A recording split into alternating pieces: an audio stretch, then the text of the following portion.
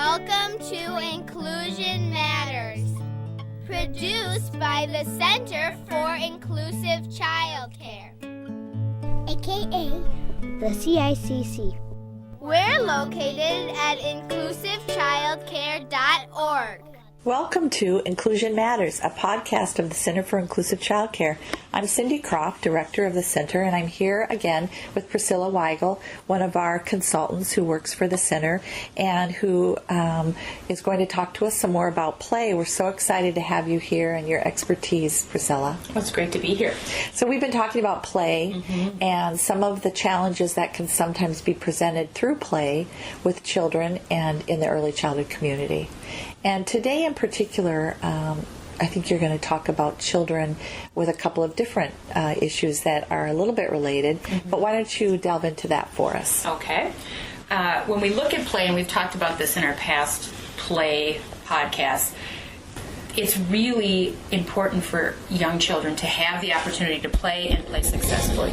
And when they don't have that opportunity, they are at risk for later learning issues, maybe just interactive skills in school. And we know now in elementary years, children are involved more in group learning projects and a lot of things that really require more interaction with their peers and that understanding of the social cues and all those pieces that are so important. Not to even negate to be a happy, healthy human being, you have to be able to compete in the social world. And so we want children to be equipped and be feeling confident and comfortable with those skills. And that's why our role is so important in early childhood. And when we look at children who maybe are feeling anxious in a play situation by things that we see and observe, maybe they seem to look a little frightened when you say it's playtime, or maybe they just sit quietly in a play group, in a play situation, and they don't really interact. They maybe sit out on the sideline and wait to be talked to instead of entering into that play. There's just a feeling by their body language that they seem anxious and uncomfortable about the play in the classroom or in the home setting. And we don't want to see that. Children should be filled with exuberance and joy. Right. When we say play, they should be just running at that play, right, open and confident and feeling like this is the best thing that ever happened to them, because it's so critical. And we don't want to see that anxiety. That's not the way a child should be playing. That's no fun.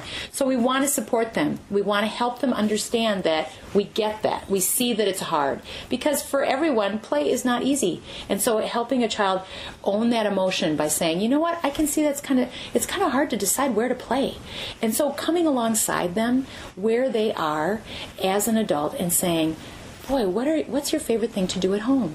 If the child is verbal, talking about that, helping them understand that process of choice. What do you like to do at home? What are some of your favorite things? Well, let's look around the room. What do we have that looks like that? Oh, there's something that you said you like to build. Look at what we have over in that circle over there on the rug. We have some building things. Let's go see if that's something that you might be interested in. So it just lessens that anxiety, and what they may be feeling is just, I don't know that first step. I don't know that first step, and I don't know how to take it. And when you help them work through that process in their brain by just talking them through it, you get that skill built in their own brain saying, oh, a choice is here.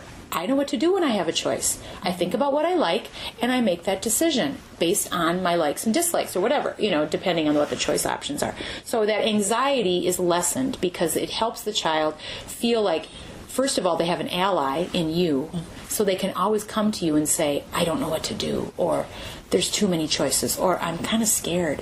I really want to play over there, but those kids are already playing, and I don't want to, So you can do different things like that. You can maybe give them a great prop to bring over to that area so that they come in with something that's used in the play that maybe wasn't there before, so the other kids are glad they're there, and they look up and say, oh, look at that, I'm so glad you brought that, red block, we need that for the top of our tower, whatever.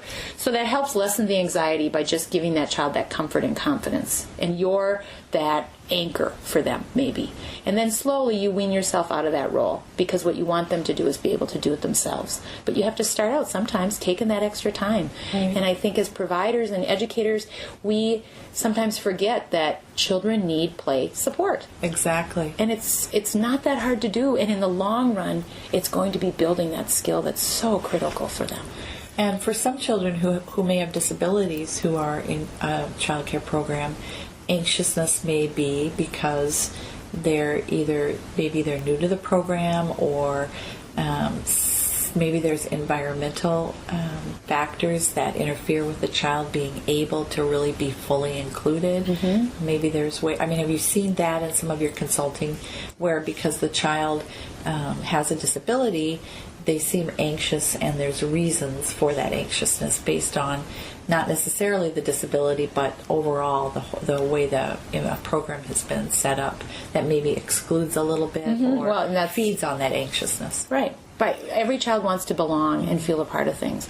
And so if a child doesn't feel that, if they feel like they're really different and they stand out as different, and it's a negative thing based on, just how they're accepted into the classroom and how people are including them, they may just feel like they have no need to even try because they don't belong there. They're not part of the group. And so it's our role as the adult to set the stage for acceptance and that development of that sense of belonging, saying to the child that has the disability, whether it's a physical disability or whether it's just a learning delay perhaps, or maybe it's a communication delay that they may have. They have a hard time verbalizing what they need and want. And so when you think of a play situation, there's a lot of verbal interchange. Of course it's going to make you anxious because you maybe don't have those skills. So once again, that's our job to set the stage, and it's okay for adults to start the process with a child, to bring that child to an area and even say, you know what, we're going to start here today. Even if you have no idea if that child even likes that activity, but you're just going to help them start somewhere. Mm-hmm. And sensory activities are a great way to start because a lot of children enjoy those. They're very non-threatening, they're very calming, and that also stems that bridge of calm versus anxiousness. You can go squish the Play-Doh, you can go pour the water over your hands, and it's very easy to interact because you don't necessarily have to interact if you don't want to. You might just want to stand next to somebody and squish your fingers through the sand. And so it's really non-threatening. It really lessens that anxiety, not to mention the whole sensory piece in the brain that's calming to your central nervous system that's going to create that sense for a child. So excellent. That really is one way to help with the anxiousness. And another issue that may come up too is a child who appears kind of aloof. Uh-huh. Like, I don't need this play thing. Sort of the opposite. The opposite of... Right.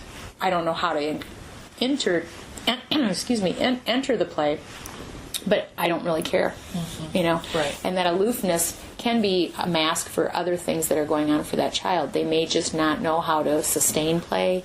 They may not know, once again, that choice-making process. How do I decide? What if I make what if I make a choice and I don't like it? Do I have to stay there? Mm-hmm. And some centers do that where you have to stay in the center for this amount of time until the teacher says it's time to change, and that's a whole nother discussion. But I think that the more we can allow children to explore things in a comfortable way, and once again, the aloof piece is not necessarily that child saying that they don't need their peers, but they maybe just need support. Uh-huh. And they need a peer that's going to have similar interests, and maybe they can't figure that out on their own. Right. So we're going to help them. To say, oh, look she has the same color shirt that you do.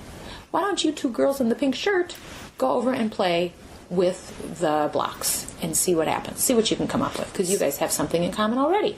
So you're just helping that child understand that play can be a good thing. And they may be used to being playing alone all the time, and it's sure easier to play alone when the way they look at it, because they're in charge.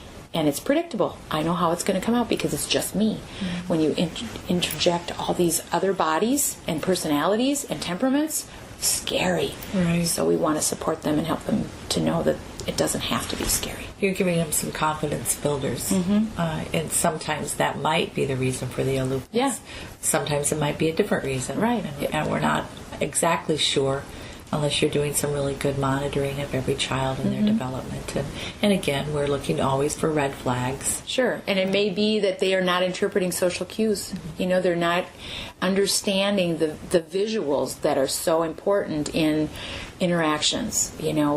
Eye contact, facial expressions, crying, or, a look of disdain or uncomfortableness on the part of their peer when they come near because they maybe come too close, or they're invading their personal space, or they're too loud, or so the child isn't interpreting those cues, and so that makes social interaction really hard. So of course the choice to withdraw and stay back is once again seems easier. It seems to be that comfortable choice, and not that we're going to just plop them into these really hard situations where they don't understand the cues, but we're going to help them learn what those cues mean by confidence building, by practice, by talking them through, by meeting them where they are, instead of just expecting our agenda to be played out. Excellent. Because you talked in an earlier podcast about developmental stages of play in addition to the developmental stages of children, Right. and how those go hand in hand. And so a child may be at a different developmental stage in their play than perhaps some of their peers. Right, And right. we know then they need to master certain milestones like affiliation before they can go on to other milestones like being able to problem solve with their peers. And so it's complex, and yet it's play. Right. So there's skill building for both the teacher and the child. And it's important for us as the adult to model joy. Exactly. And playfulness. To just be goofy and be okay, and show them it's okay to be goofy. Some children just feel uncomfortable about that, because that's a real personal thing, to show that you're kind of feeling vulnerable when you show people that you're feeling silly and goofy, and do I trust these people to accept me when I do that? And so as modeling that as an adult, saying, what color is that dinosaur? Oh, tell me more. I love dinosaurs with purple polka dots. I had one under my bed yesterday. And then the child will look at you like, what? Are you kidding me? And then you maybe both laugh and move on to the next level of conversation or whatever. But connecting with them on that playful level is really important. Great. Thank you again, Priscilla, for this conversation about children who may be anxious or aloof in their play, and the characteristics then that they're showing adults in their play, and some great ideas and tips on how we can help that child. So we're going to continue this discussion of play in our next podcast. Great. So thank you for being here. That's all for now.